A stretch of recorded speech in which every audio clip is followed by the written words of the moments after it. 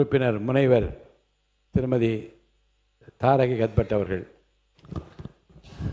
மாண்புமிகு பேரவைத் தலைவர் அவர்களே, சென்னை எண்ணூர் முகத்துவாரத்தில் லட்சக்கணக்கான மீன்கள் இறந்து மிதப்பது குறித்து மீன்வளத்துறை ஆய்வுக்கு அனுப்பப்பட்டுள்ளதாக கூறுகிறார்கள்.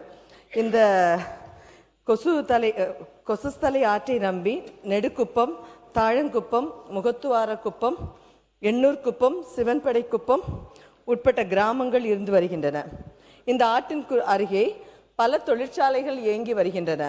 இது குறித்து பாதிக்கப்பட்ட மீனவர்களின் கவலையை கருத்தில் கொண்டு ஆற்றின் தொழிற்சாலை கழிவுகளை கொட்டும் தொழிற்சாலைகள் மீது கடுமையான நடவடிக்கை அரசு எடுக்க வேண்டும் என்றும், இனிவரும் காலங்களில் இதுபோன்று நடைபெறாமல் இருக்க மாசு கட்டுப்பாட்டு வாரியம் மற்றும் மீன்வளத்துறை இணைந்து ஆற்றின் அருகே உள்ள தொழிற்சாலை கழிவுகளை கண்காணித்து மீனவர்கள் மற்றும் சுற்றுச்சூழல் பாதிக்காத வகையில் ஒரு கண்காணிப்பு குழுவை ஏற்படுத்த வேண்டும் என்று அரசின் கவனத்தை ஈர்த்து கொள்கிறேன்.